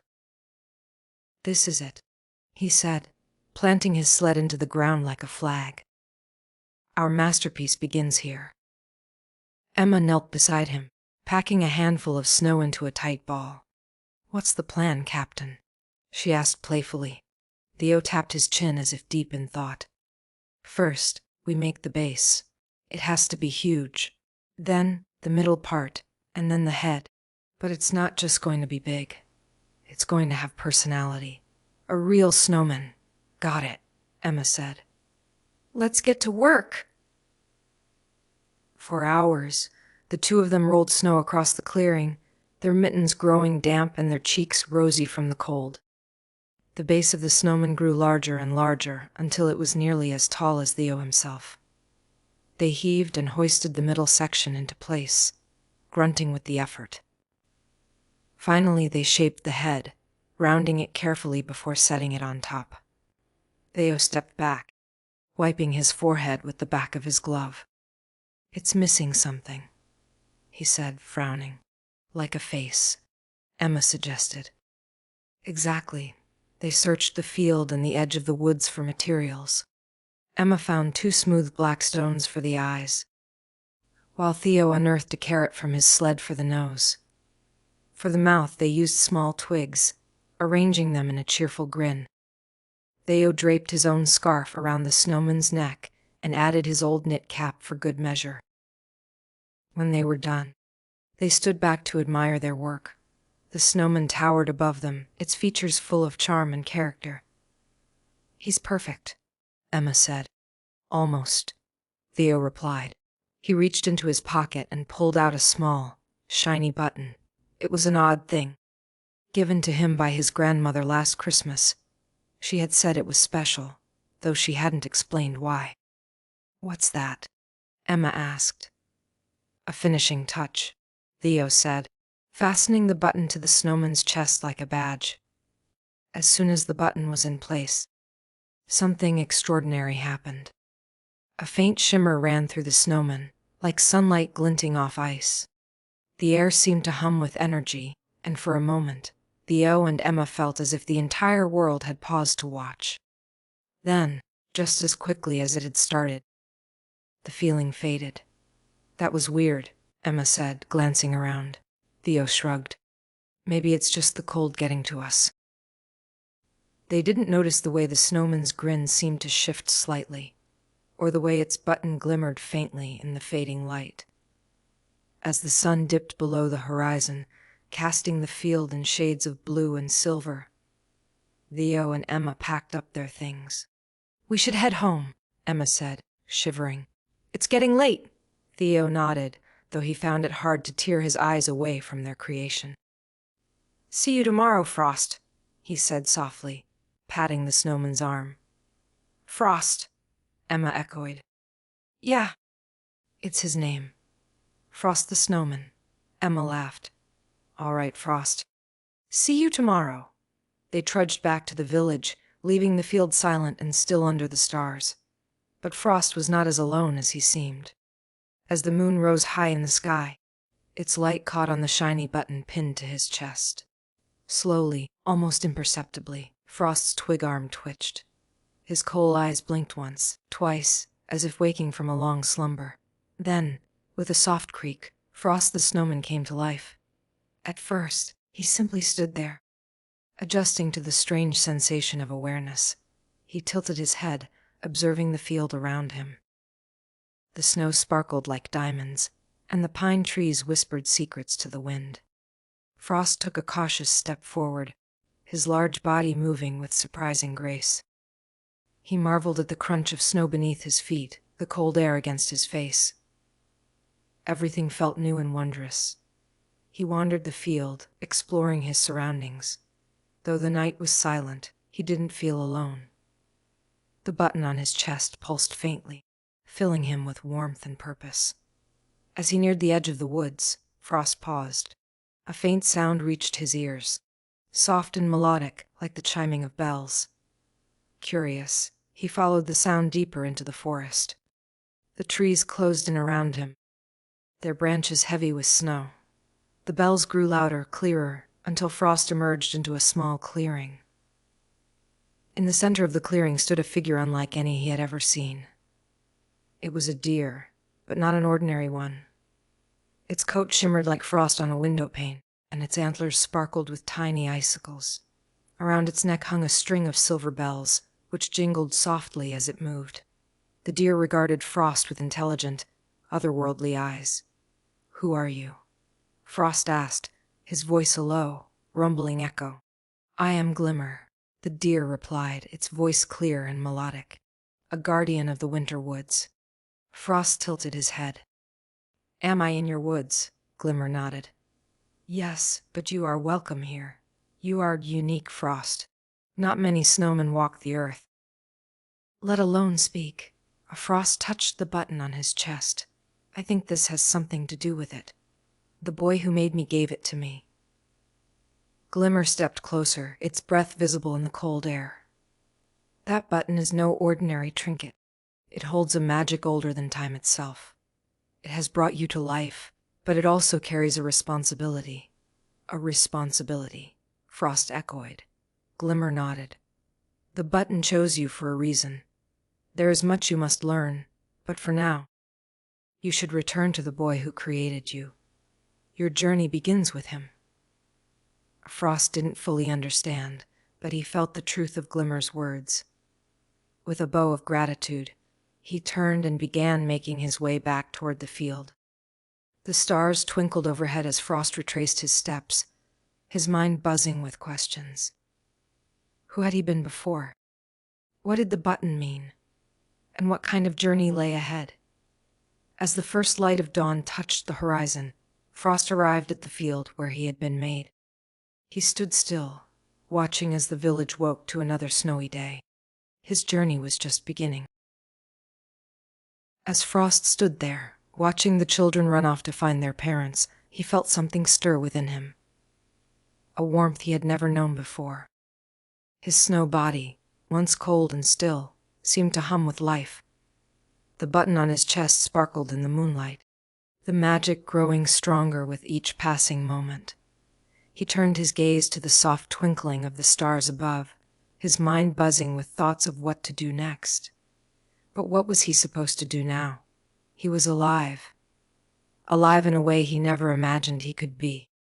The feeling of the wind against his face, the weight of his body standing tall in the snow. It was all so new and overwhelming. But there was one thing Frost knew for sure. He couldn't go back to simply being a snowman, static and silent. He wanted to experience the world, to feel the joy and warmth that the children had shown him. That's when he remembered the button. The magical button that had brought him to life. What else could it do? Was it tied to his heart's desires, his thoughts, or was it simply the key to his existence? His fingers brushed lightly against the shiny surface of the button, and as if in answer, the cold evening air swirled around him. The snow beneath his feet seemed to sparkle brighter, as if the world itself was waiting for him to make a choice. But Frost still wasn't sure what he should do. He looked down at the children's footprints, imprinted in the snow. They had been kind to him. They had believed in him, treated him like a friend rather than just a pile of snow. In the way they smiled and laughed, he saw something that made his heart swell, something that he knew he wanted to protect. The wind picked up, swirling snowflakes around him. Frost felt a sudden urge to move, to walk, to explore the world that had always been just out of his reach. The magic of the button seemed to respond to his wish, and he felt his legs begin to shift, bend, and take his first step. He was walking. It was awkward at first, his snow legs stiff and unsure, but the more he moved, the more confident he became. He took another step, then another, his snow feet crunching softly against the ground. He walked toward the nearby woods, his eyes alight with wonder. It was magical, this new life. The world that had once seemed so distant and unreachable was now within his grasp. His heart, though made of snow, felt as if it could burst with joy. The forest, dark and quiet under the winter sky, seemed to welcome him. Frost took a deep breath, inhaling the crisp winter air, feeling a deep connection with the world around him. The trees, heavy with snow, whispered in the breeze. The moonlight shone down like a silver blanket, making the world feel like a dream. Frost looked around in awe. He had never seen the world like this before. Every snowflake felt unique and special, each tree a living piece of art. Frost couldn't help but feel as if he were part of something greater, something magical. He wondered what the world had in store for him now that he had a life of his own. But as he wandered deeper into the forest, a sense of uncertainty began to creep in. There were dangers in the woods, and Frost was not sure what they might be. He had heard stories of wolves howling at the moon, of icy winds that could freeze you to the bone. Frost wasn't afraid, but he knew that he would need to be careful. Suddenly, a soft rustle broke the silence. Frost froze in place, his heart racing. Was it the wind, or something more? His eyes scanned the darkened forest, and then he saw it. A pair of glowing eyes peering out from behind a tree. Frost's breath hitched. He hadn't expected to encounter anyone, or anything, in the woods. His legs tensed, ready to run, but then the figure stepped forward into the moonlight. It was a fox. The small, sleek creature looked up at Frost, its golden eyes sparkling in the dark. Frost blinked in surprise, relieved but still unsure. The fox's fur was thick and soft, blending with the winter landscape. It gave Frost a curious look, tilting its head as if to say, "What are you doing here?" The two of them stood there, locked in a quiet stare for a moment. Frost smiled, unsure if the fox would understand. "Hello," Frost said softly, his voice surprisingly warm for someone made of snow. "I'm Frost."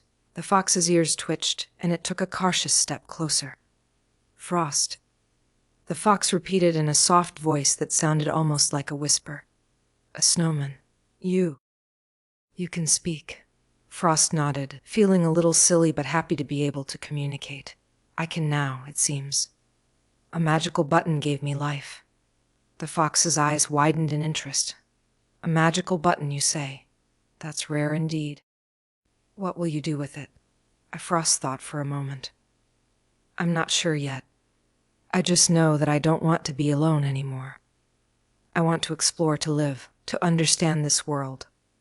The fox sat down on the snow, its fluffy tail curling around its paws. You're not alone, Frost. There's a world of creatures here, all with their own stories. But beware. The forest is not always kind to those who wander too far from home. Frost nodded, appreciating the fox's words. I'll be careful, he promised. The fox looked up at the stars, its gaze thoughtful. Perhaps the button has more power than you know. If you wish to help others, to truly live, it will guide you. But remember, the forest has its own magic, and it does not always reveal its secrets easily. Frost listened carefully to the fox's words. Thank you, he said sincerely. I think I'm ready for whatever comes next. But first, I must find the children who believed in me. They're my friends. I want to show them the magic of the world. The fox smiled and nodded. Then go, Frost. Find them. And remember, the magic you seek is not just in the button. It's in your heart. With that, Frost turned and began to make his way back toward the village.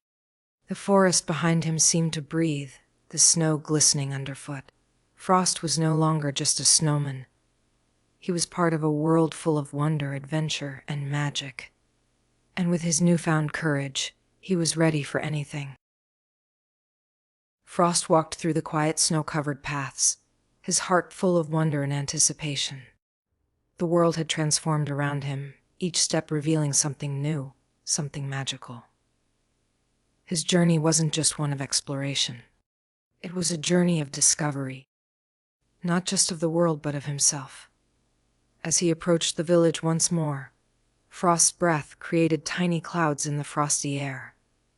The streets were peaceful, lit softly by glowing lanterns and the warm twinkle of Christmas lights draped across houses. Children's laughter echoed through the streets, filling the cold night with joy. It was a beautiful sight, one that filled Frost with a sense of hope and purpose.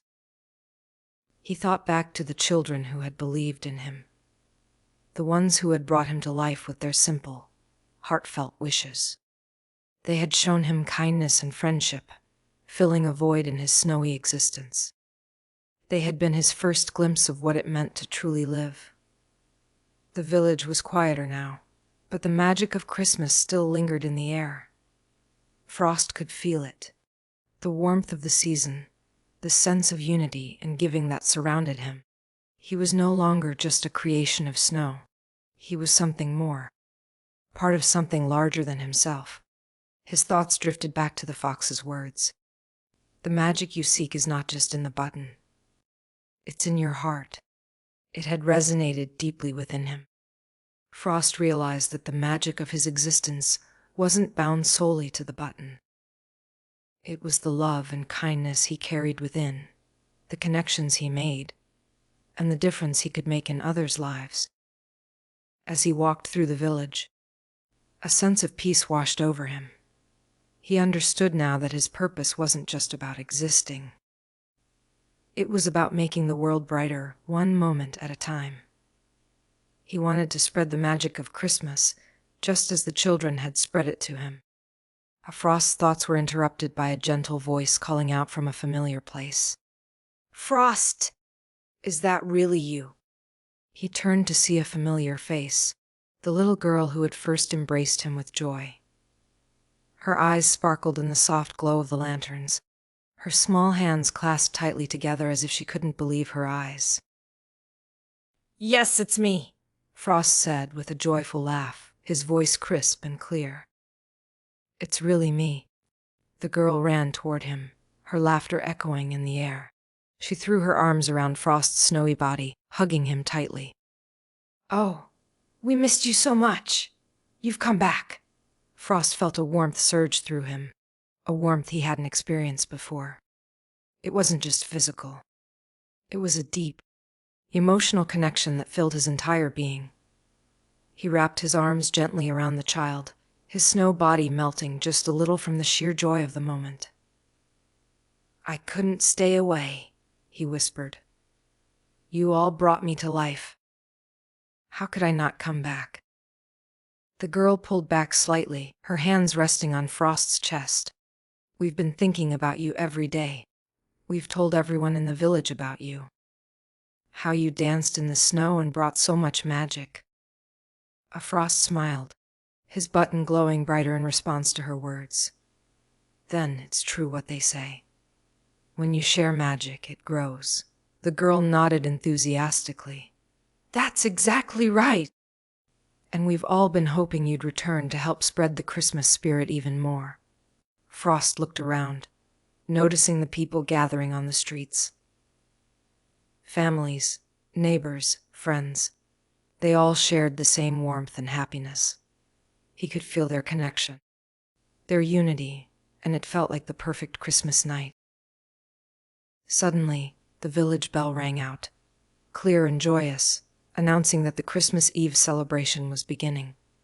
Frost's heart swelled with emotion.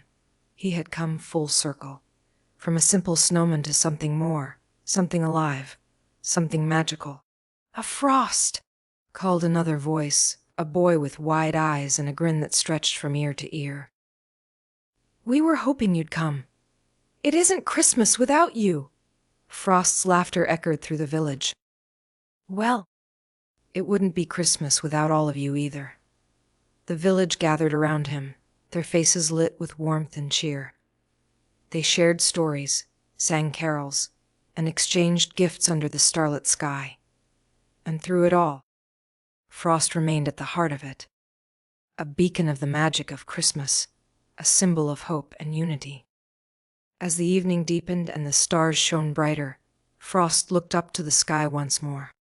He thought of the magical button on his chest, the one that had given him life, but also of the countless moments of kindness, laughter, and love that had made him truly alive. "Thank you," Frost whispered to the stars. "Thank you for showing me the magic of living." And with that, the village celebrated long into the night, their hearts filled with the warmth of Christmas, a warmth that Frost had the honor of carrying with him wherever he went. The village of Silver Pines was known for its dazzling winters. Each year, the townsfolk eagerly awaited the first snowfall, transforming their cobblestone streets and cozy cottages into a snowy wonderland. But what truly made Silver Pines unique wasn't just the snow. It was the legendary Snowman Festival. Every year, the villagers built snowmen of every size and shape, decorating them with scarves, hats, buttons, and twigs. Some were simple, while others were grand creations that seemed almost lifelike. Among the children, there was a whispered legend about one particular snowman. A magical snowman who came to life under the light of a rare star that appeared only once every 100 years. It was said that this star, called the Frost Star, had the power to awaken a snowman's heart, filling it with life and wonder. No one had seen it for generations, but the story lived on, passed down from one child to the next. This year, young Lily and her best friend, Sam, were determined to create the most magnificent snowman Silver Pines had ever seen. Lily, with her sparkling imagination, was the dreamer of the duo. Sam, practical and clever, was the builder. Together, they had made countless snow creations, but this time, they wanted their snowman to be different. "He has to be tall," Lily declared, brushing snow off her red mittens. "Tall enough to touch the stars. And strong," Sam added, packing a snowball tightly. "Strong enough to protect the village from winter storms. And magical," Lily said with a grin. "We need to give him something special. Something no other snowman has." The two friends worked tirelessly all afternoon, rolling snow into giant boulders and stacking them carefully. Their snowman grew taller and taller until he towered over them, his round body glistening in the moonlight.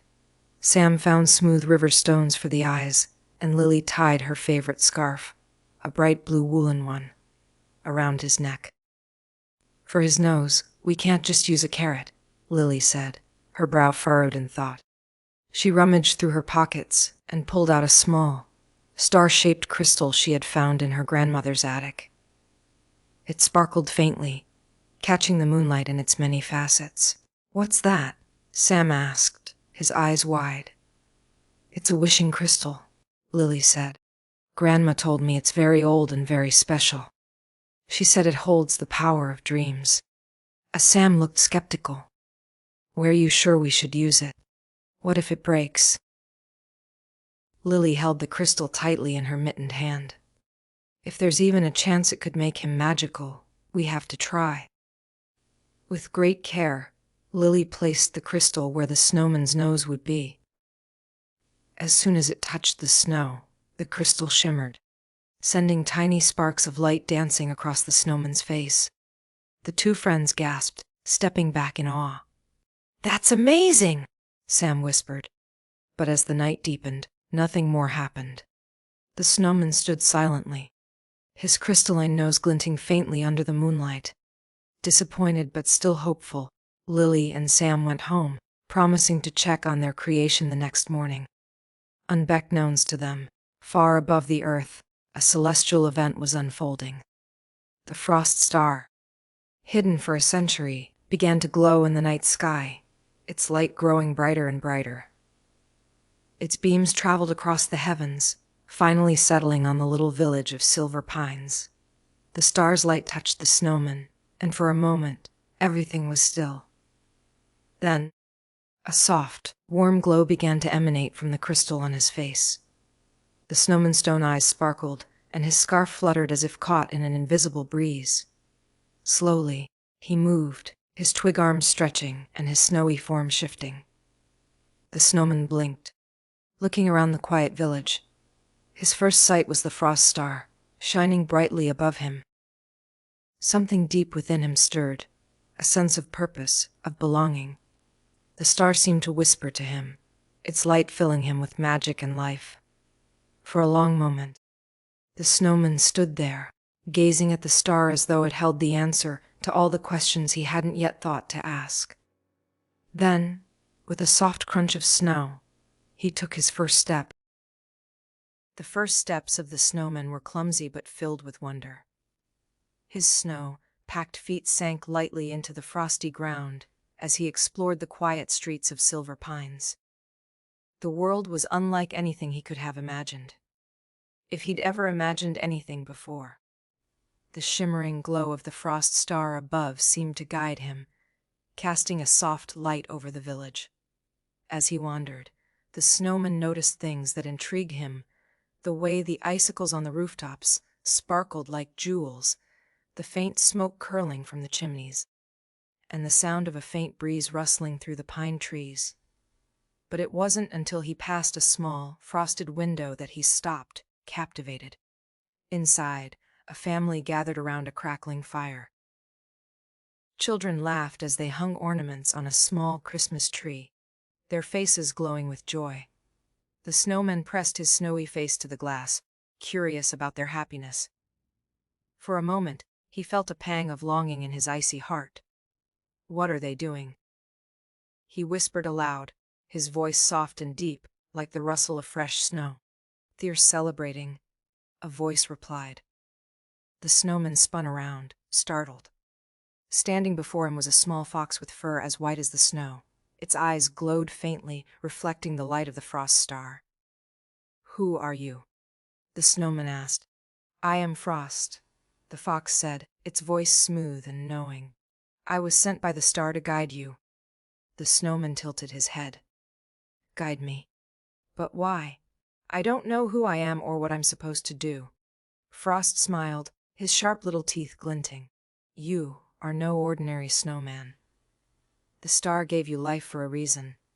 You have a gift, a magic that can bring warmth and joy to the hearts of others. But you must discover how to use it. The snowman looked down at his twig arms and snowy body, unsure of what kind of magic he could possibly have. Frost continued, "The village of Silver Pines is special. Its people believe in the magic of Christmas. But this year, many have lost hope. Hard times have left them struggling, and their spirits are dim. It is your task to rekindle their joy, to remind them of the wonder of the season." The snowman's stone eyes blinked, uncertainty clouding them. "How can I do that? I'm just me." "Every great journey begins with a single step," Frost said. "Come with me. I'll show you where to start." With that, Frost trotted off, his bushy tail leaving delicate patterns in the snow. The snowman hesitated for a moment, then followed, his footsteps crunching softly. Frost led him to the outskirts of the village, where a small house stood alone, its windows dark. The snowman recognized it immediately. It was Lily's house. He had seen her and Sam earlier that day, laughing as they built him. "Why are we here?" the snowman asked. "Because her wish is what brought you to life," Frost said. "But even the purest wish needs help to come true." The snowman peered through the frosted window and saw Lily sitting by the fireplace, staring at the glowing embers. Her father sat nearby, looking tired and worried. The room was bare, save for a few worn decorations.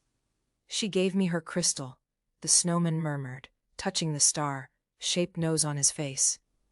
"I owe her something in return." "Ah." "Then give her hope," Frost said simply. The snowman thought for a moment, then nodded. He reached down and gathered a handful of snow, shaping it carefully. With each movement, his fingers glowed faintly, the magic within him coming to life. The snow began to sparkle, and soon he held a perfect snowflake in his hand. A tiny, shimmering replica of the frost star. "What will it do?" he asked, marveling at its beauty. "It will remind her of the magic she believed in," Frost said. "And sometimes, a little belief is all it takes to light the way." The snowman placed the glowing snowflake on the windowsill, where it sparkled like a tiny star. Then he stepped back, watching as its light filled the room. Lily's eyes widened as she saw it, and a smile spread across her face. She called out to her father, who joined her at the window, his expression softening as he gazed at the magical gift. Inside, Lily clutched her father's hand. "It's a sign," she whispered. "Christmas is going to be wonderful. I just know it." The snowman felt a warmth in his heart that had nothing to do with the frost star's magic. For the first time, he understood what Frost had meant. As he and the fox walked back toward the village square, Frost said, "You've taken the first step. But there are more people in Silver Pines who need your magic." The snowman nodded, determination shining in his stone eyes. "Then, let's not stop here." They moved through the village, leaving little sparks of magic wherever they went. A lonely old woman found a bouquet of sparkling holly on her doorstep. A struggling shopkeeper discovered a bag of coins that seemed to have fallen from nowhere. And children woke to find tiny glowing snowflakes outside their windows, each one bringing a sense of wonder and joy. As dawn approached, the snowman returned to the village square, his heart full. The frost star was fading, its work done for another century. "You've done well," Frost said, his voice proud. "Silver Pines will remember this Christmas for generations." The snowman looked at the fox, gratitude filling him. "Thank you for guiding me." A frost's form began to shimmer, his edges blurring like mist. "The magic is yours now. Trust it, and it will always guide you." With that, Frost vanished, leaving the snowman alone under the fading stars. But the snowman didn't feel lonely. He had discovered his purpose: to bring light and warmth to the world, one snowflake at a time. As the first rays of sunlight touched the village, the snowman stood tall and proud, ready for whatever adventure awaited him next. The morning in Silver Pines began with a kind of magic that hadn't been felt in years. Children ran through the streets, laughing as they pointed to tiny glowing snowflakes scattered throughout the village. Shopkeepers opened their doors to find unexpected gifts, and neighbors greeted each other with warmth that melted away the coldest of hearts. Lily woke with a smile, her room still aglow from the shimmering snowflake on her windowsill. She clutched it carefully and raced outside, her heart light with excitement. She wasn't alone. Half the village had gathered in the square, marveling at the inexplicable wonders that had appeared overnight. In the center of it all stood the snowman, his stone eyes bright and his star-shaped nose gleaming faintly. People approached him cautiously at first, unsure of what they were seeing. "It's just a snowman," someone whispered. "But look at him," another replied. "He's glowing like the frost star." Lily pushed her way through the crowd, her snowflake clutched tightly in her hand. When she reached the snowman, she stopped, her breath catching. "You did this, didn't you?" she asked softly. The snowman bent slightly, his twig arms spreading as if to embrace the moment. "I wanted to help," he said, his voice carrying a gentle warmth. The crowd gasped as they heard him speak. Some stepped back in awe, while others moved closer, drawn by his presence. "Why?" Lily asked, her voice trembling with emotion. The snowman smiled, his icy mouth curving gently. "Because your wish brought me to life. You believed in the magic of Christmas when no one else did. That belief is powerful, and it reminded me of why I exist. To bring joy, hope, and kindness to those who need it most." Lily's father stepped forward, his usual wariness replaced by a sense of wonder.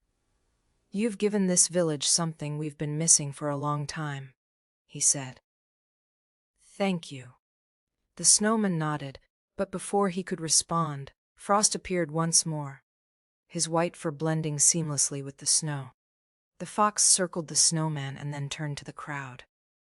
"The magic of the frost star is not just in him," Frost said, his voice resonating across the square. "It's in all of you. Your joy, your kindness, and your belief in one another. That's the true magic of Christmas. The snowman simply reminded you of what you already had." The villagers looked at one another, their expressions softening as they realized the truth of Frost's words. The snowman, feeling the weight of his task lifting, turned to Frost. "Have I done enough?" he asked quietly. Frost's glowing eyes met his. "You've done more than enough. But your story isn't over yet." As the snowman pondered this, a commotion stirred at the edge of the square. A small boy named Thomas was running toward them, his face red from the cold. In his hands, he held a broken toy, a wooden sleigh missing one of its runners. "Please," he cried, holding it up to the snowman. "Can you fix it? It was my grandfather's, and it's all I have left of him." The snowman knelt, his icy fingers carefully taking the sleigh. He closed his stone eyes, and the faint glow of the frost star intensified. When he opened them, the sleigh was whole again, its wood gleaming as if newly made. Thomas gasped, tears of joy streaming down his face. "Thank you," he whispered, clutching the sleigh to his chest. The crowd erupted in cheers, their spirits soaring higher than they had in years. But the snowman felt a strange heaviness in his chest, as if the magic inside him was shifting.